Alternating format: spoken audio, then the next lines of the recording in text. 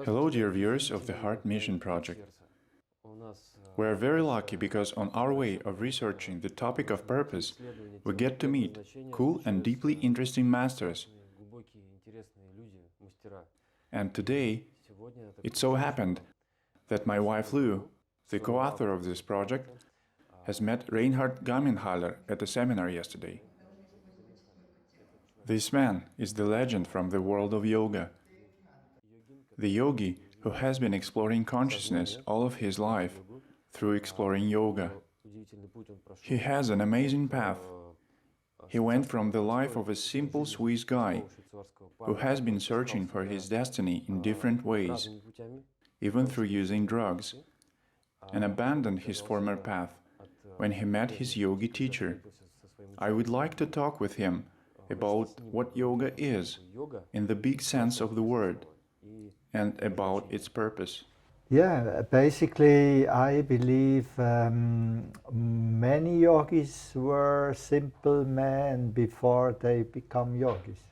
Like the biggest yogi of all time, he is a Mahasiddha, Goraksha, who was the creator of Hatha Yoga. He was a man who just looked after the cows before he started to learn yoga from a shaman named Matsyendra.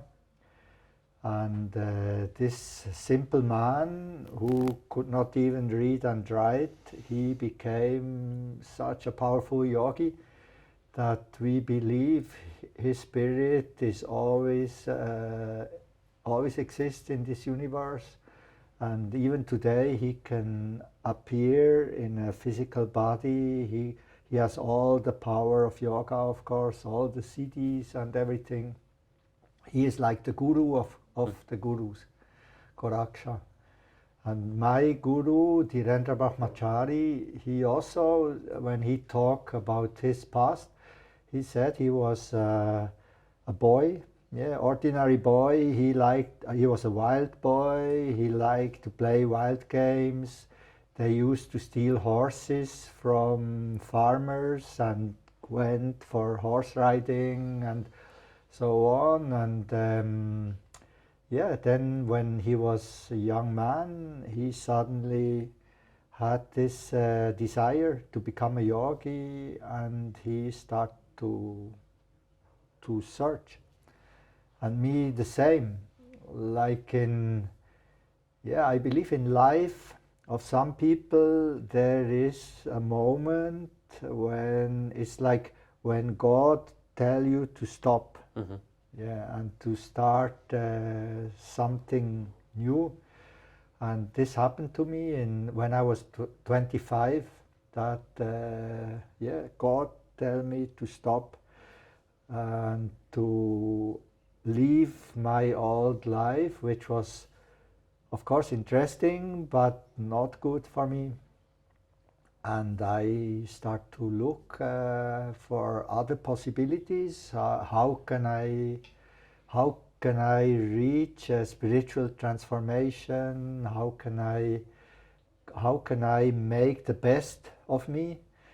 And in this time, it was in 1979, I met so many people from different traditions, of course, and from different philosophy systems, Zen meditation and anthroposophy. You know anthroposophy? Yeah. People, Christian people who follow like some Christian sect, Buddhist people who follow different traditions from Japan or from China. And in this time I was very confused. What is my way? Where should I go? Nothing really attracted me. I must say, many things in many traditions they tell you must wear some dress and you must change your style somehow to fit into this group of people. And I didn't. I wanted to find my own style. And then in this time, one man, he gave me an old book from India, the Hatha Yoga Pratipika, And I started to read, and then it really started to fascinate me, this text, and I thought, I didn't know, is this true? Can you really do so crazy things when you do yoga? Is it possible that your life becomes even more psychedelic than when you take LSD and when you smoke ganja all the time? Yeah, and then I also start to hear about tantrism in this time, and the same man who gave me this book, he said in a discussion that the real yogis, that they also can do love making in this real yoga, and that they are really powerful lovers and so on. And of course it interested me very much, and I wanted to know more. And it is the right moment to ask a general question then. What does yoga mean for you? Not from the point of view of physical exercises, but from the point of view of the essence of this term. Yeah, you see, we can just continue from where I stopped before. When I start to learn yoga, or when I wanted to know more about yoga, and some people around me in Switzerland who already practice yoga, they showed me some exercises, and they also showed me books. I started to do some practice, but it was like a sport. Yeah, for me, I do some asanas and some simple things, simple asanas, but I did not feel very much. And many of the gurus of this time who were very famous, like Shivananda and or also Iyengar, Patabi Choice, they already exist. There was one very famous, his name was Yogendra from Bombay. He had like a yoga institute in Bombay. And people tell me these very good, great gurus, you should follow them. But when I listened to them, or when I saw how they look, it did not attract me. Like Shivananda, very fat man. Then I thought, me, I don't want to become like him. And then in this time, I found 2 books of Dhirendra Brahmachari in a bookshop in Switzerland. They were in German. There was a German translation. And I just looked at the books in the shop, and I saw, of course, I saw the book about asanas, and I saw it's too difficult for me, many asanas. This looks really crazy, some crazy poses. But in the other book about Sukshma Vyayam, I see, these are really exercises I can do, and I start to read why you should do them. And I like this precise way how he do this and this, and then you can work on your mind, you can work on your body, or you can change things in your body or in your mind. And then I buy these books. I take them home, and I started to practice with these books. And even on the first day, I had a very strong experience. I started to do these exercises, and there was one exercise. Of course, I did not expect anything. I just start. I do Bhastrika and all the first exercises, and I think it's quite normal. And then there was one exercise where you inhale and then hold your breath and go back like this. And I just do it, without thinking. I inhale, I do this movement, and bam! Then it was like a drug, and suddenly I see myself in the room like flying, and I see like water around me, like water bubbles. And then I realized in my mind, hey, I'm falling. And then, boom, I come back and I could just go to the ground and I think, wow, fuck, what was that? This is really crazy. Did I make mistake or is anything wrong? And then the next day, of course, I start again. I do this exercise again more carefully and I see, oh, the effect is still there, but you must control it, of course. And like this, I start, it was very fascinating.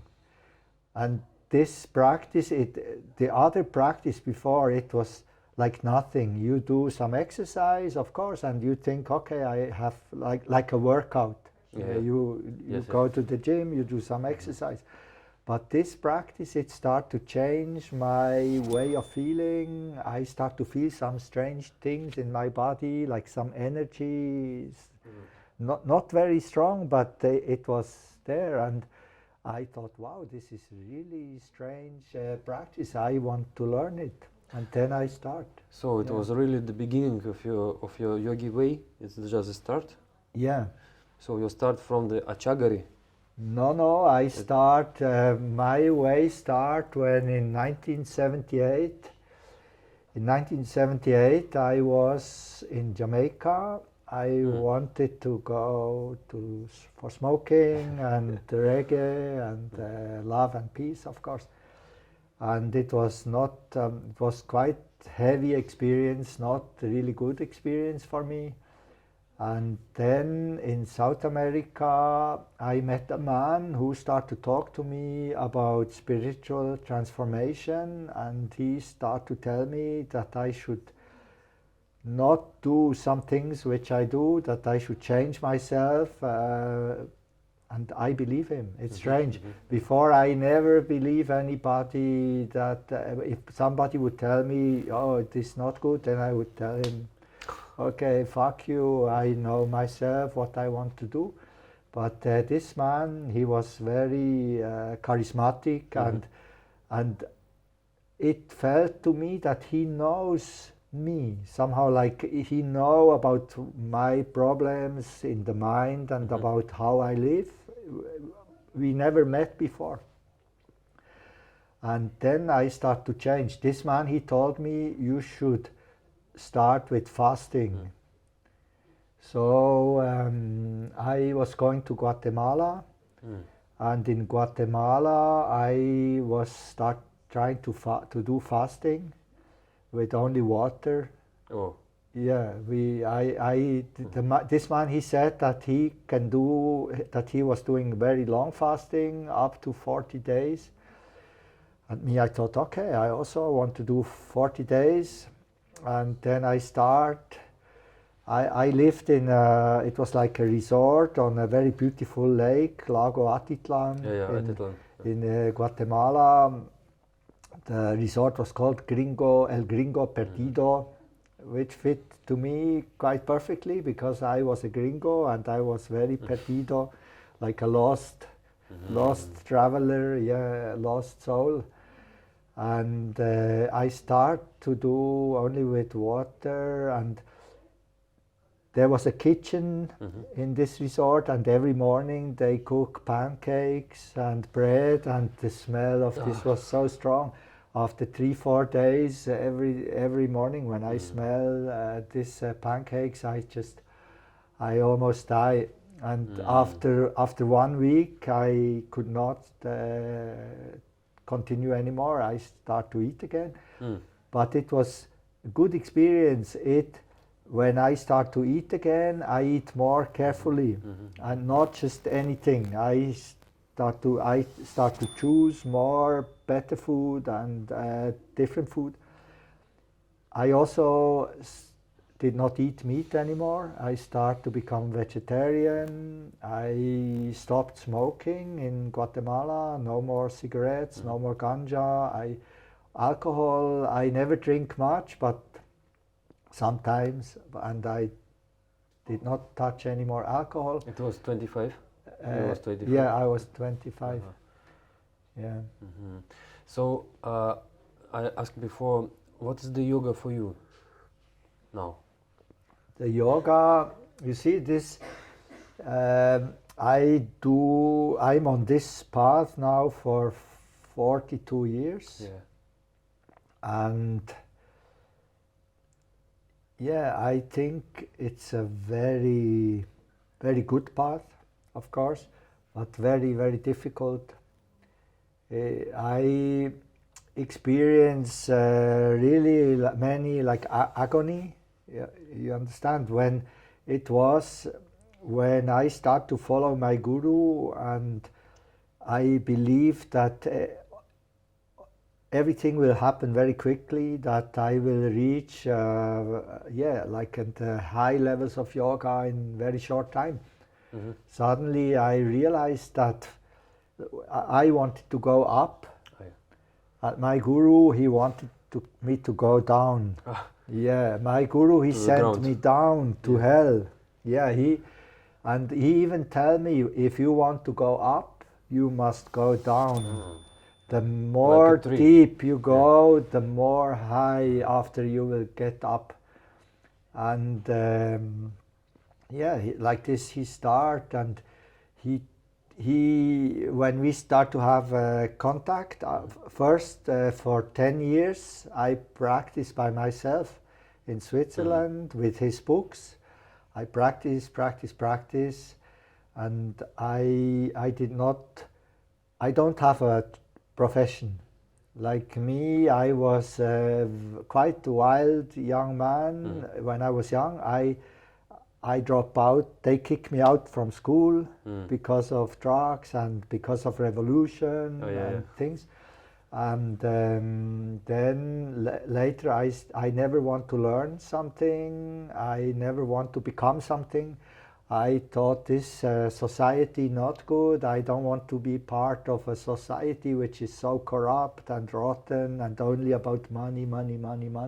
You didn't have money that time? No, I'm not a rich boy. My family, working class family. My parents not rich people. My father, he worked in a newspaper. My mother, she was a housewife. I have one brother, one sister. And then when I start to do yoga, in the first 3 years, I saw if I want to learn yoga, I need much time. And if you don't have money, you have no time. Of course. Yeah, time is money, as they say. Then I try to look for a way how I can live. And then exactly in this time, it was like a miracle. Like some years before, maybe 5 years before, I wrote to the Swiss government if they would give me some money so that I can become an artist, that I can go to art school, like stipendium. Yeah, you understand? Yeah. They didn't reply. And then exactly when I have the books from Dhirendra Brahmachari and when I saw that I need time. It's your guru? Yeah. Then I receive a letter from the government after 5 years. And they write me that the director of this institution for stipendium, he want to talk to me. And I go and he asks me why I want to become an artist. I tell him I want to find out about myself. It's like to investigate myself. And he said, oh, this is very good. We give you stipendium for 1 year. And they give me every month money, which was enough for me to live. Yeah. And then with this money I live.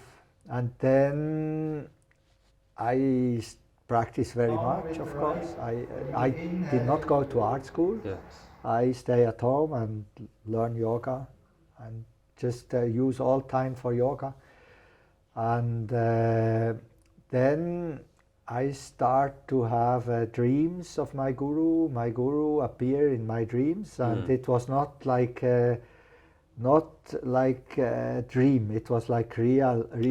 Yeah, that he started to tell me about yoga, and he said I should go to Africa to learn about the Kundalini. Wow. Africa. Yeah. Wow. And then in 1981, when the money from government almost finished, I decided to go to Africa. And I go to Morocco with, I had maybe about 350 euro. I go to Morocco, to Marrakesh, and in Marrakesh I saw that my money would soon finish, and I wanted to go to real Africa. So I buy, with my very last money, I buy a plane ticket from Marrakesh to Dakar in Senegal. I've come to Dakar without any money, no, not even one coin. And I travel in Africa for 1 year without money. Yeah, and I thought I always want to do what my guru want me to do. I want to find out about Kundalini. I believe I must go to South Africa, maybe because Kundalini may be in the south. And I travel from Senegal to Mali, from Mali to Ivory Coast, then to Ghana, then to Togo. And in Togo, I was completely stuck. Yeah, no money and no, I could not cross border anymore. It was a very interesting trip. Yeah. Yeah, I sleep outside most of the time, just outside on the tree or near the road or on the beach. Did you have some problems with your health? No, not really. But I didn't have toothbrush anymore. I didn't have nothing. I met 2 German people in Togo, and they say I look like Robinson Crusoe because my dress, everything was like rocks. It was just nothing. My t-shirt, only a little bit of rest of t-shirt, and my pants, not good, no shoes. And did you practice every day, all the time? I start to practice, but it was very, very difficult. People give me food. Yeah. And sometimes I also eat meat because I was too hungry. Yeah. I was too hungry. And then, this would be a very long story. I will make it short. Okay. I came back after about 1 year. I come back to Switzerland again. And in Switzerland, I really did not know which way I should go. Should I go the yoga way or the other way? And then I decide that I want to become a yogi. Can I ask, was this the moment when you understood that this is your purpose? You need to go that way? Yeah. When I came back to Switzerland, I had 2 possibilities. My old friends, they tell me, come back in the world of LSD, ganja, and rock music or reggae. Your previous life. Yeah, previous life, come back. But I felt I should not go back. And then in the spring of 1982, in the winter, it was still winter, about February, I was in my room. I had a small room, and I prayed to my guru that I want to become a yogi. And in this moment, like a miracle happened, that this first, there was a picture on the wall of my guru, which I had put on the wall. And in this picture, suddenly his eyes became like alive. And I look, of course, I was very fascinated, and then I see like a light coming from these eyes, which go into my chest, and then I fall on the ground. I faint. And after some time... It's like out of your body? No, I lose my consciousness. Yeah, I just puff. I fell, and after some time I come back. I was on the ground.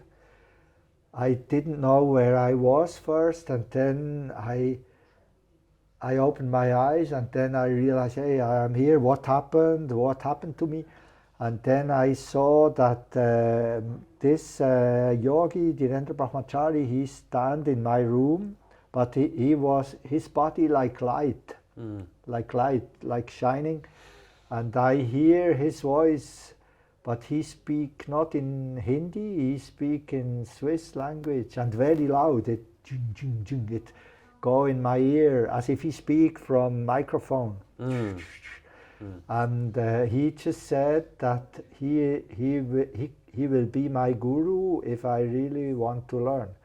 And then this disappear, and then I start to practice.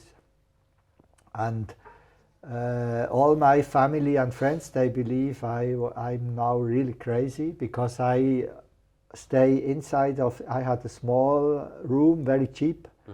For 3 years I work only distributing newspaper in the morning, 1 hour job. I go at 5 o'clock in the morning, I go and bring the newspaper, get some maybe 600 euro every month, and I could manage with this money. And I practice, and it was my dream to go to India. And sometimes I was not really sure if this appearance of my guru, if I'm just crazy, because too much LSD, and maybe I thought maybe you are really everybody tell me you are crazy, what you do is crazy. I only eat khichdi and nothing else, and they say, oh, what you will get sick because khichdi is not enough, you must eat good food and so on. But I stay healthy, and then in 1984, suddenly I receive I didn't have books, only I had 2 books from my guru in this time. I was very poor, small money from newspapers, and I only had 1 mattress for sleeping, a small cooker for cooking, 1 plate, 1 spoon, and very simple, 2 books. And I wish that I had Geranda Samhita, Shiva Samhita, Patanjali Yoga Sutra, Bhagavad Gita, all these books I want. Main texts. Yeah. And then in 1984, suddenly the postman ring my bell, and he bring me a big packet from India, and I, very surprised. And then I see that it is from Vishwayatan Yogashram in New Delhi, where my guru, where my guru live. And I thought, wow, fuck, what can be inside? And I opened the packet, and inside were all the books that I wanted. Wow. Yeah, and I was very happy. I understand this was not a hallucination, that this is really my guru. He even knows where I live, and he's my teacher. He cares about me. Can I ask? Yeah. But you have never met him alive? Not before in this. No, never before. In this time, only I also one man who had Indian shop in Bern.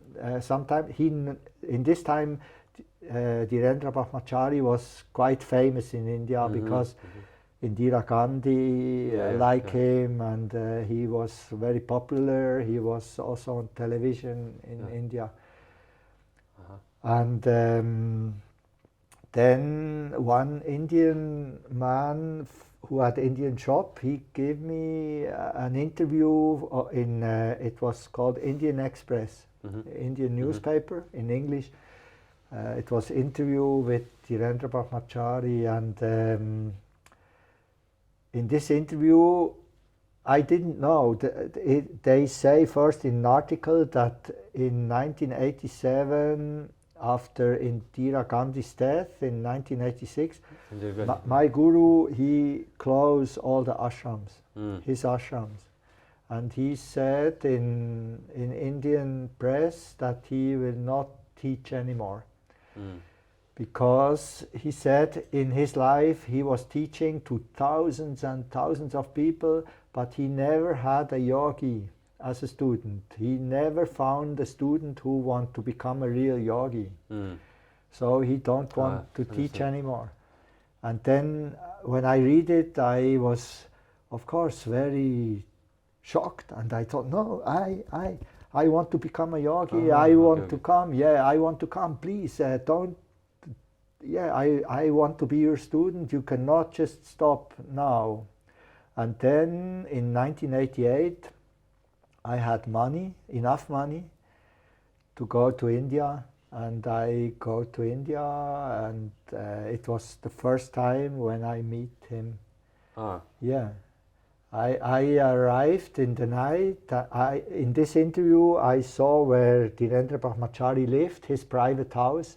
It's not in the ashram. It was in a Friends colony in New Delhi, A50 Friends colony. He had a house. I saw a photo of the house, and so when I arrived in the night with Swissair, I tell the taxi driver I want to go to Friends colony, and I arrive. I ring the bell, and then first nobody opened. It was night, but after some time, an old man coming, and he looked through the door, and he see me, and he said, "Oh, we were waiting for you."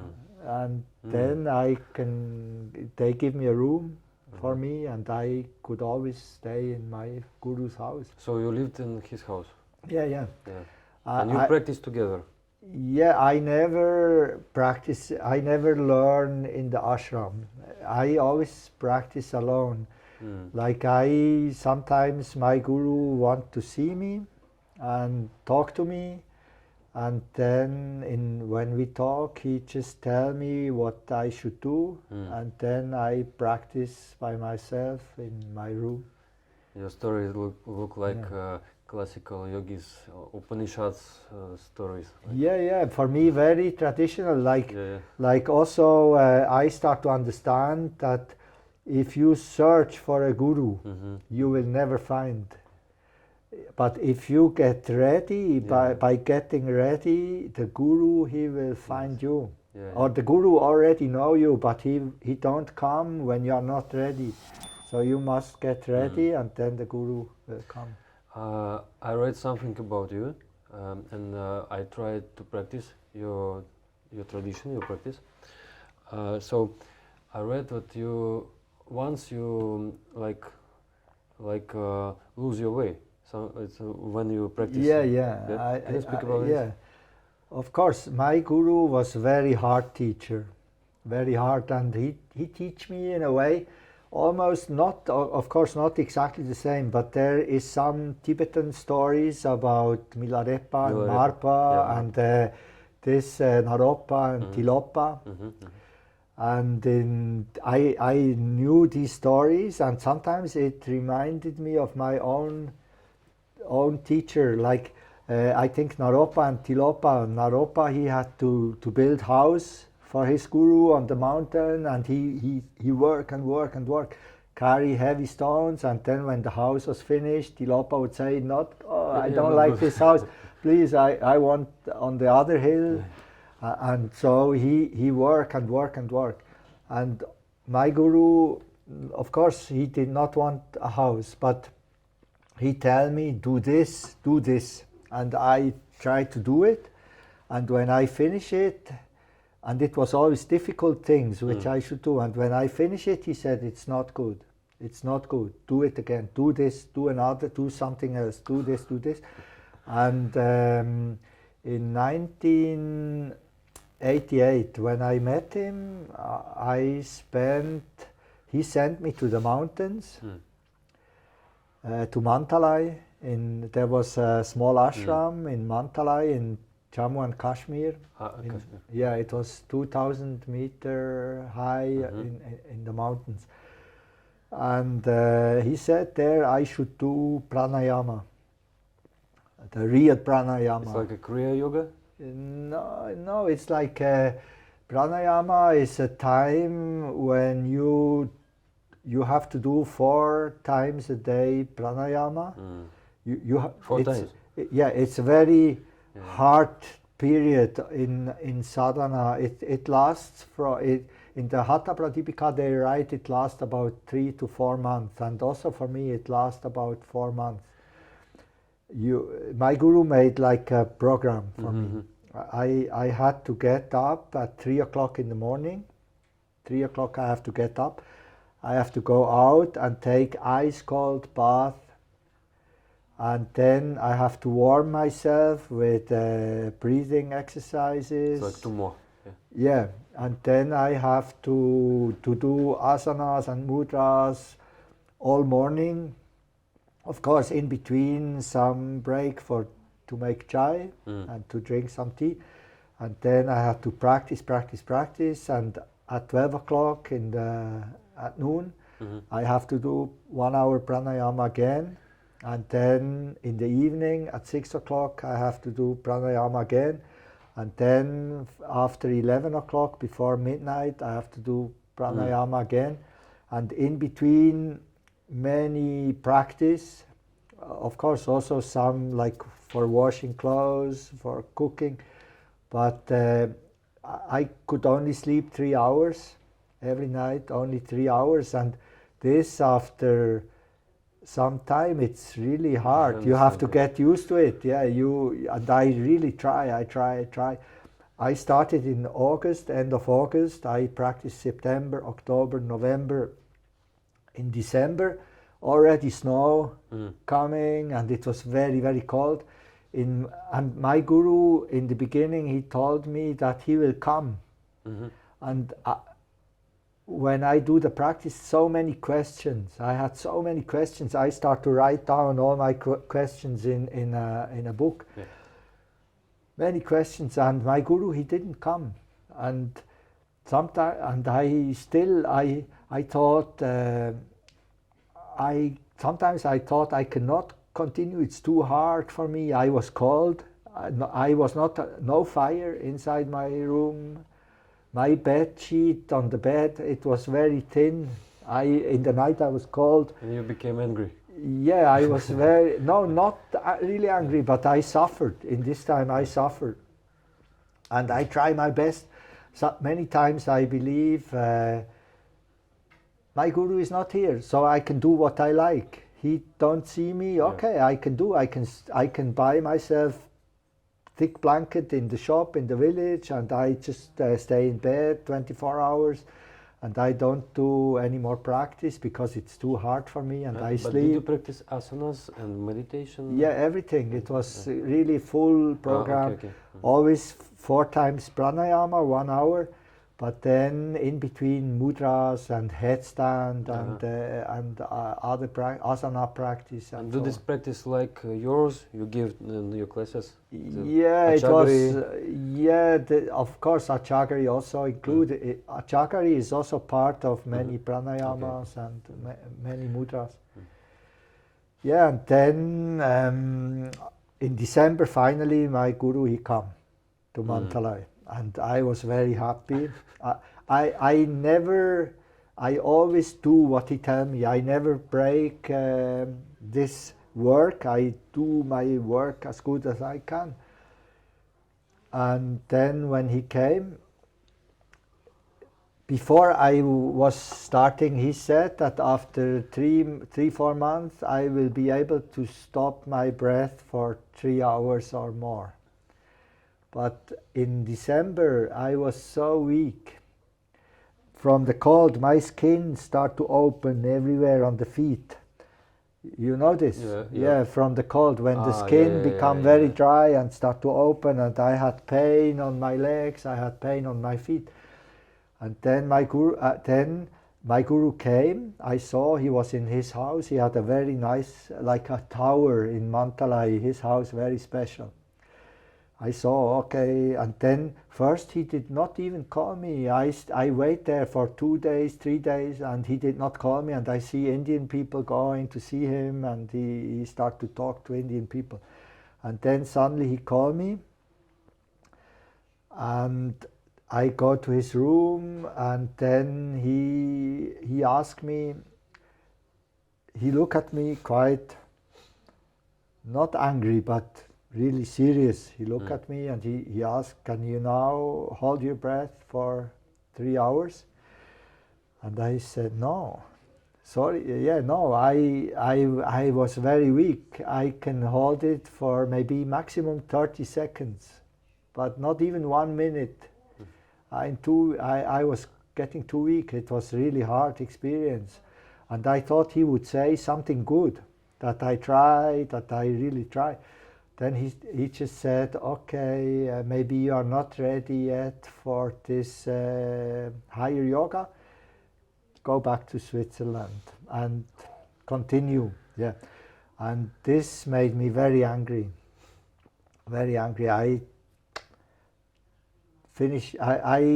go to my room, I take his books, I go to his room, and in front of him I destroy his books and I throw them on the ground and I tell them bye, I go. And I wanted to go back, to my old life somehow. And then in this time, of course, like some weakness, and I started to smoke hashish again. And the last thing my guru said in Mandalay when I was angry, before I leave the room, he said, don't ever start with hashish again, because if you start, you will get in trouble, and maybe I cannot help you anymore. And then I get in trouble, and then I get. Yeah, I read a little about this. You was on the prison. Yeah, I was. I did not want to work anymore, and I thought, what can I do? I have no profession. I like to smoke, and when I start smoking again, in the beginning, it was so nice. Yeah, one friend, he gave me some piece of black Afghan hashish. The next day, I met some man which I had not seen for many, many years. I meet by accident in the town, and he asked me if I still smoke, and I said, yeah, I just started again yesterday. And then he said, oh, if you need some good hash, you come to my house, I sell. And he was like a big dealer. He had become a big dealer. He had many kilos of Nepali and Afghan hashish, which he got from some connection from Amsterdam. And he told me, if you like, you can take from me 1 kilo, 2 kilo, and you start to sell, and you can pay me later, and I start. And it was very easy. Of course, I could smoke, I could practice yoga. I still practice yoga. And I believe I'm like a sadhu. I smoke chilam, then I do some yoga practice, and I am free. No, I don't need to work.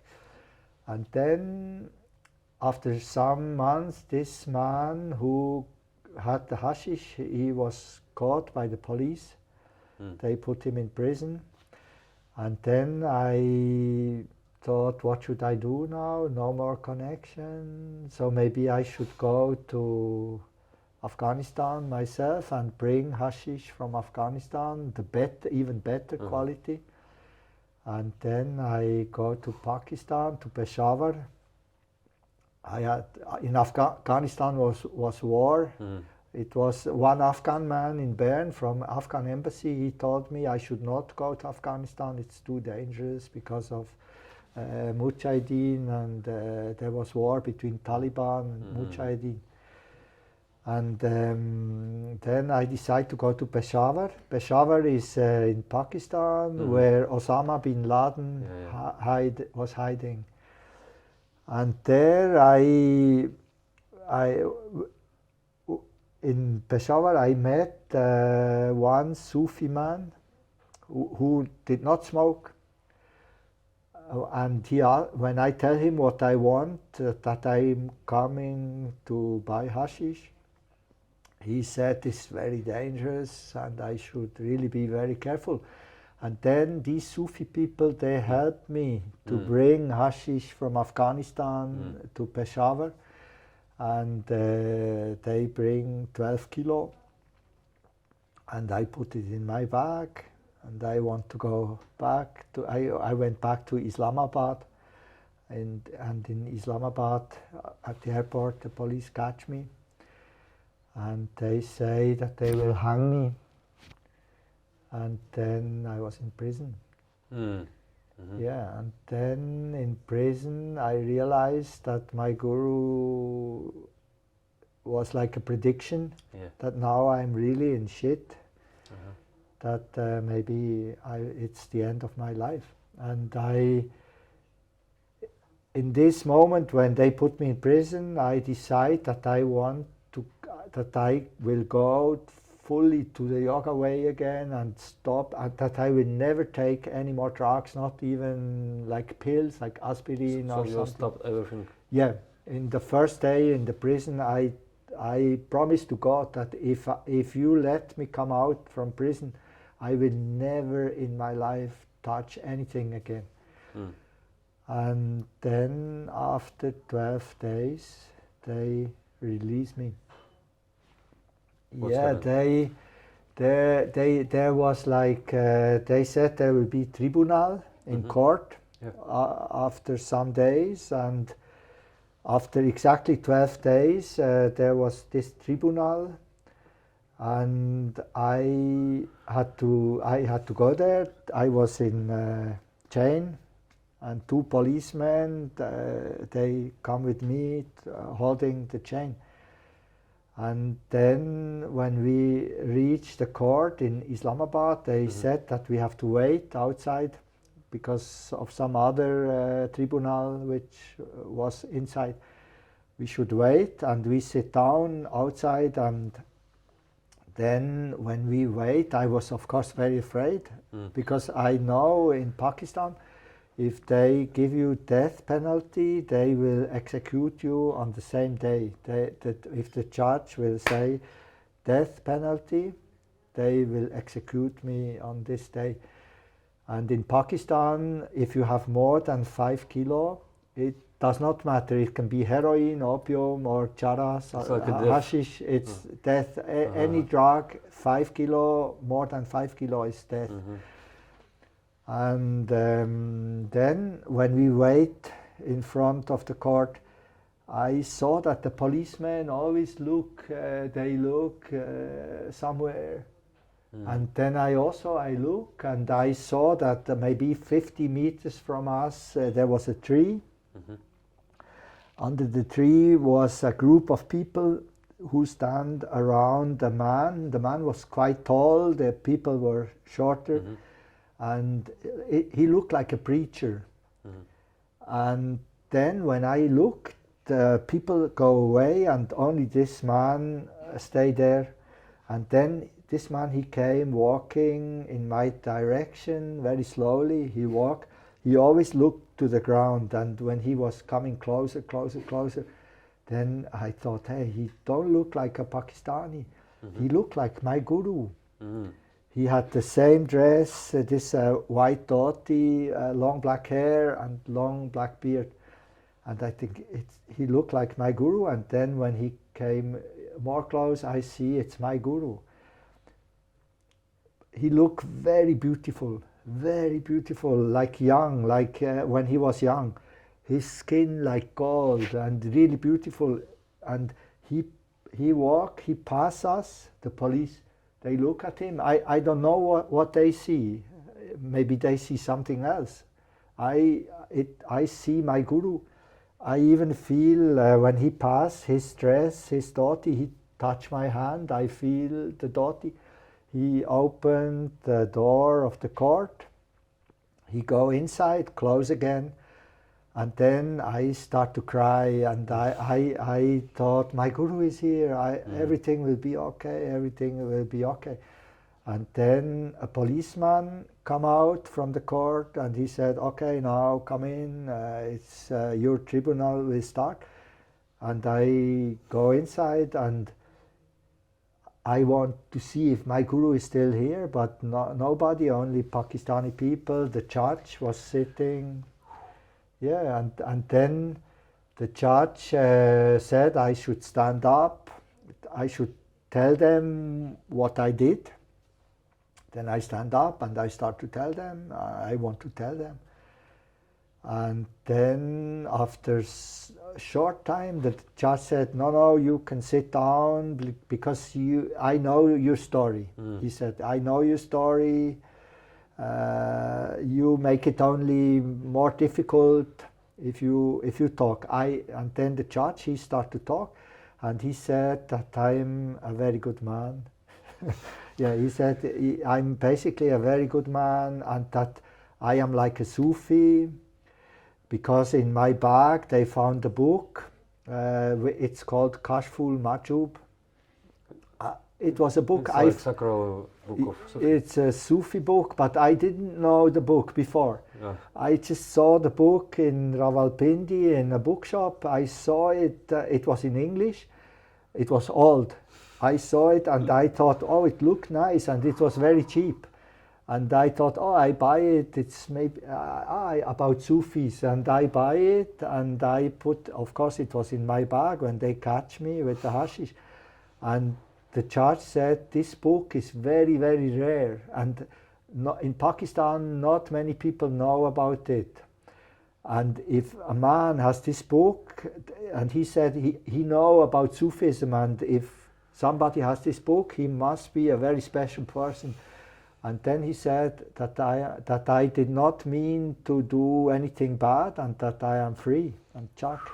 And then they bring me directly to the hotel, to one hotel, and they tell me to take shower, and then very early in the morning at 4 o'clock they drive me to the airport, and they give me everything back, even my money, all my belongings, and they had bought a ticket for British Airways, and I was flying to England. I need to say to our people. I just sort of read a book, like autobiography of a yogi. Well, I know the stories of great yogis, how they appear and disappear in spaces, create incredible worlds.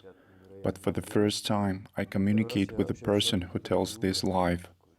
Yeah, I mean, miracles in yoga, not every day, but some miracles can happen, yeah. So, and maybe this moment is right to ask you one more time. So, what is the real yoga for you? What is it? Is it like science to exit of the life? Or is it about life? No, I think yoga is about life and death. Yoga, you see, in yoga, basically it's about the union of prana and apana. Yeah. This is the aim of all practice. You practice to unite prana and apana. Yogis say that the union of prana and apana, it creates the Kundalini. The Kundalini, she is like a very high consciousness, which is like a guru or like a guide to find your way when you are doing yoga. And I started to understand that, okay, prana is pure life. Prana is love and light, and prana is like the pure life. And apana is death. And when you unite life and death more strongly, then you start to learn about yourself. So yoga, basically, when my guru told me that I should not try to go up, that I should try to go down, he wanted me to find out about death. Yeah. So, and what is the death to you? Death to me, you see, I think I mentioned this yesterday in the seminar. I have the same view like some Tibetan people, for instance, who say that we are now in Bardo. This time? Yeah, here. Right now. Before we died, and now we are here, but we are dead. And we like death and life, it's the same. Without, like we go from death to death to death to death. So basically now I am already dead, so I don't need to be afraid of death anymore. I exist we exist in eternity, and yoga will teach you that there is no life, there is no death. If you start to find out about mortality, about all these changes, then you suddenly realize that it's like a passage, eternal passage. Yeah, you don't need to be afraid. When you have a fear, you cannot change your life. Yeah. Especially now in this time when people start to fear about corona. Yeah, people should be aware that why be afraid? We just live and try to take care of your body. This body is not so material how people think. That this physical body is also energy, and if we are dead, then everything is energy. Yeah, like the quantum physics of modern time, it gives us the proof that nothing is real. All this, the table, the carpet, my body, my pants, all this is just vibration. It's like energy, yeah. And we don't need to worry about virus, about death, about all these things. We should just take care of it. I think when we have a physical body, it's a gift that we can move. We don't really understand it. No human being in this world can explain me what a human body is. The doctors, they can tell me, okay, this is flesh, blood, bones, inside is the blood, and you have like some cells, you have DNA. What is DNA? You can always go more, you can ask question. What is this? What is this? At the end, no more answer. Yeah, this is, our body is like God. And even Christian people, they don't know anymore that it's written in the Bible, we are made in the image of God. This means we reflect God. How we look, how we are, and all this, what we are is God. Yeah, this is all, I don't know how, the more I started to go deep in yoga and to start to unite prana and apana, the more I also start to lose my fear of death, because death cannot exist without life, and life cannot exist without death, and both basically is the same. So you're not worried about the corona? No. Did you have a corona? No. I never had, and I will not want, I never do vaccination. I don't want, even if they kill me. I don't need it. I think people should, I have an immune system. We call it immune system. My body is able to fight all kind of attacks. And there will be always attacks. If you vaccinate yourself now, you will become weaker. And maybe there will be a stronger virus after, and then the stronger virus will kill you. So I want my body to work by itself. I think yogi body is not like, I'm not like Schwarzenegger or like Bruce Lee. I'm not a hard guy who want to fight. Even from Bruce Lee, I learned something when I hear it in one interview with Bruce Lee. He said, you should be like water, not like stone. You don't try to become hard, try to become soft. And I believe yogi become very, very soft. Inside, I am very like a child. I'm like a baby. Yeah, basically, I'm like a baby and very harmless. But the more harmless I become, some other people start to fear me. They think I'm a heavy guy. They look at me and they think I'm heavy. I saw this in Africa when people come, and African people really sometimes heavy. They have a lot of yeah. And then they thought maybe I can do some kung fu or something. But other people fear me because they think I'm a magic man. I can do magic because I look strange. Yeah. But I don't do magic, I don't do anything like this. I just do yoga, and I think if you become good, you don't need to fear anymore. There is this story of yogis, they live in the jungle, and they are so pure that even the tigers don't attack them anymore. Tigers, they come near them, but they don't bite them. Can you give the main key to the people who is really go straight to yoga?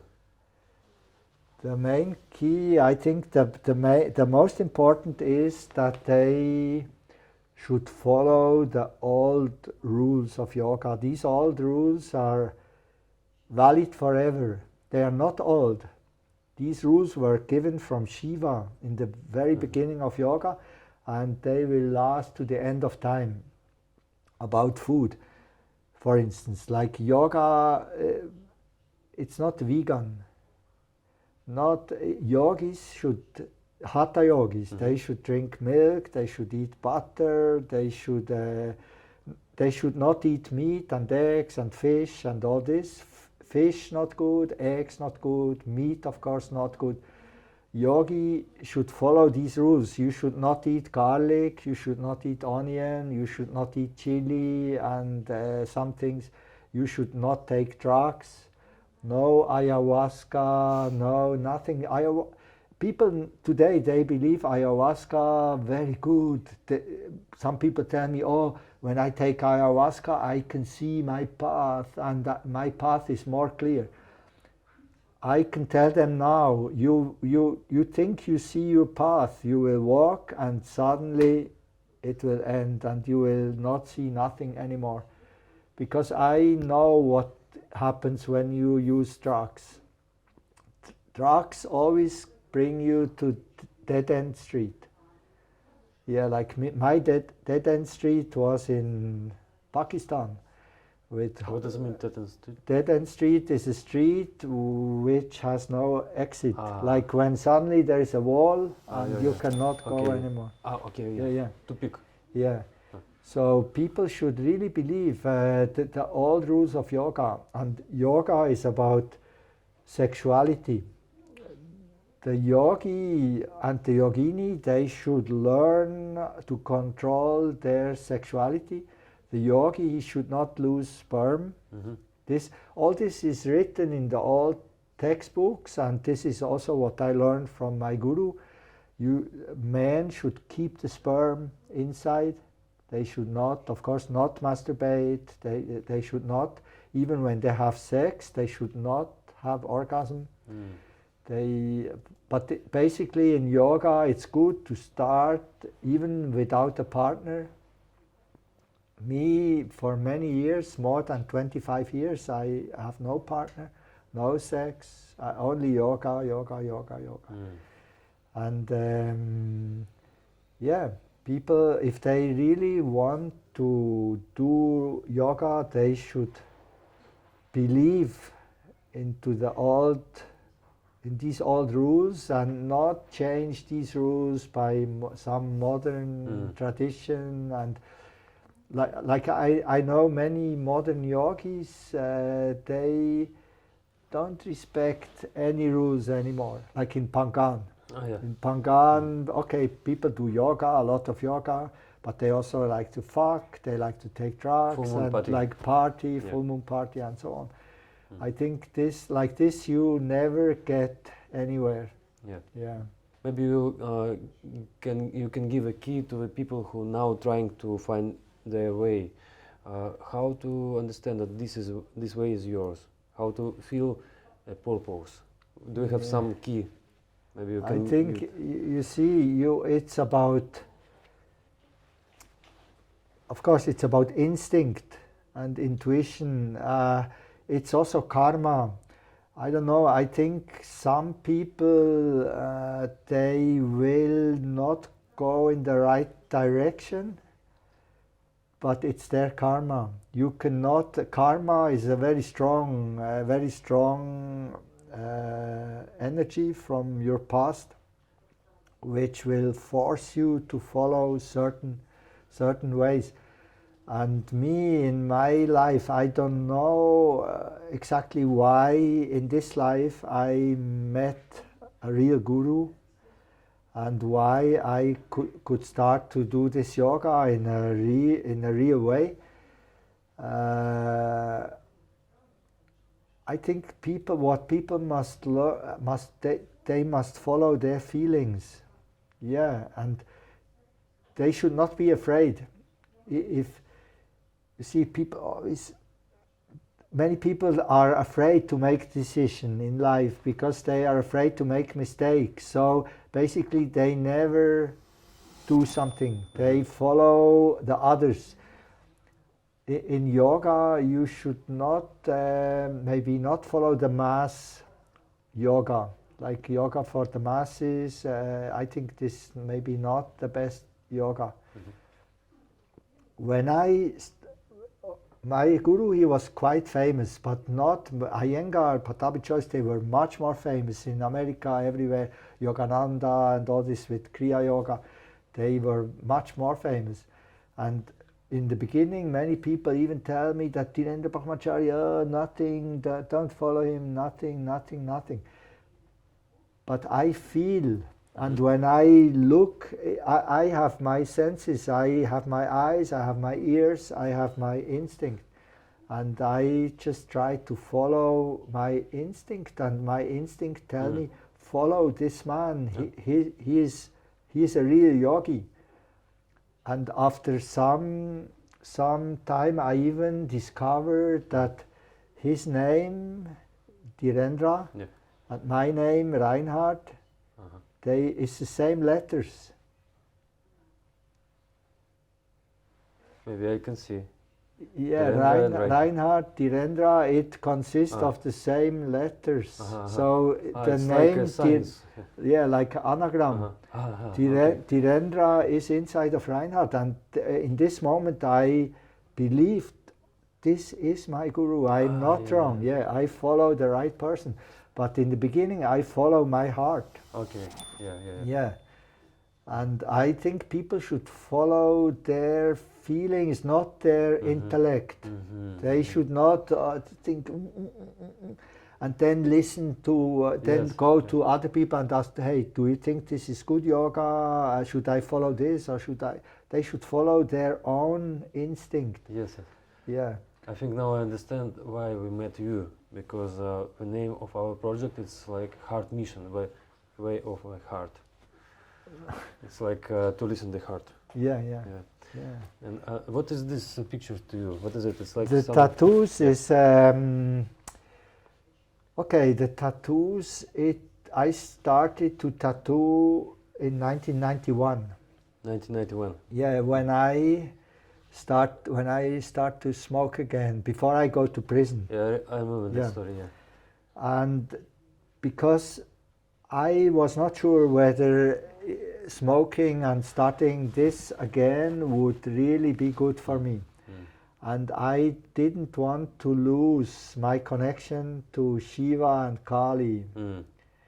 And then in this time I read an interview with some man, and he said that if you put a tattoo on your skin, if it is a symbol or something, the meaning of the tattoo, it will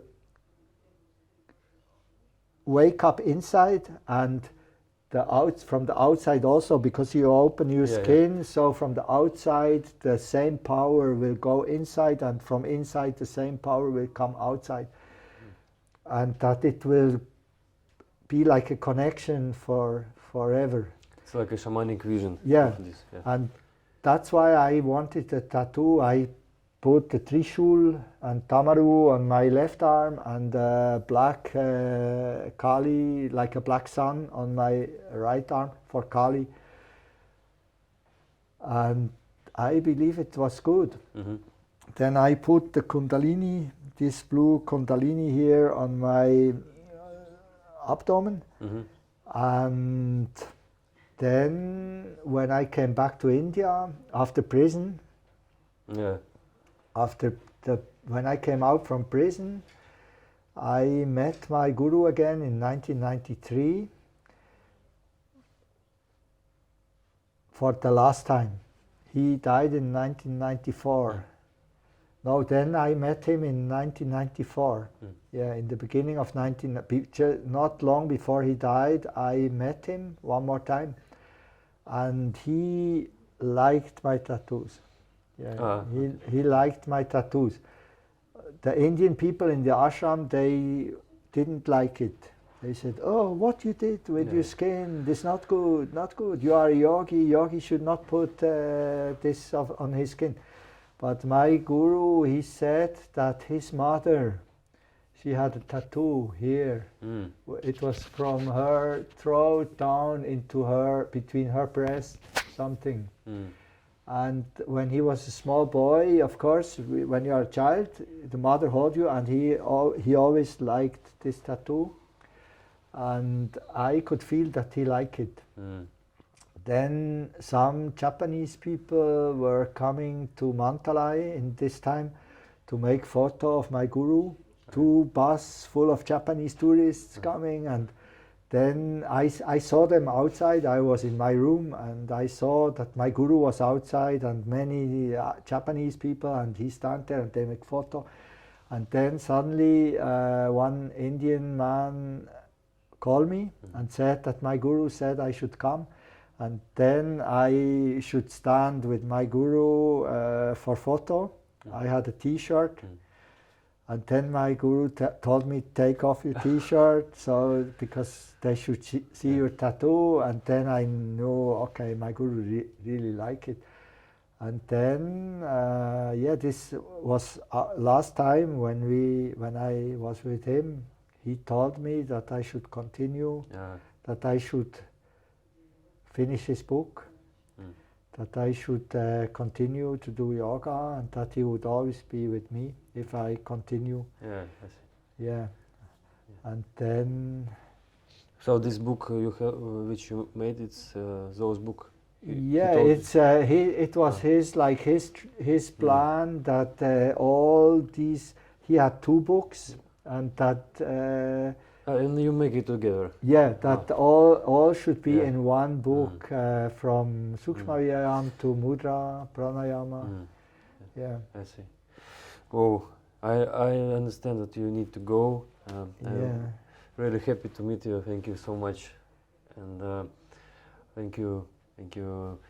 Thank you very much, dear viewers, for your attention. Today, we talked with such an unusual and deep intercalator.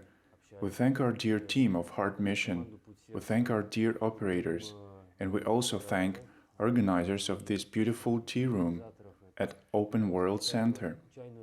And we thank you very much, our dear viewers, for talking about us, liking our videos, telling about us to your friends on social networks, and for supporting us on Patreon. Thank you so much. Okay, Reinhard. thank you. Yeah, thank you. Yeah. Okay, yeah. Thank you so much. Also, friends, we will soon open an educational course on finding your path, your purpose. Perhaps it will be interesting to you.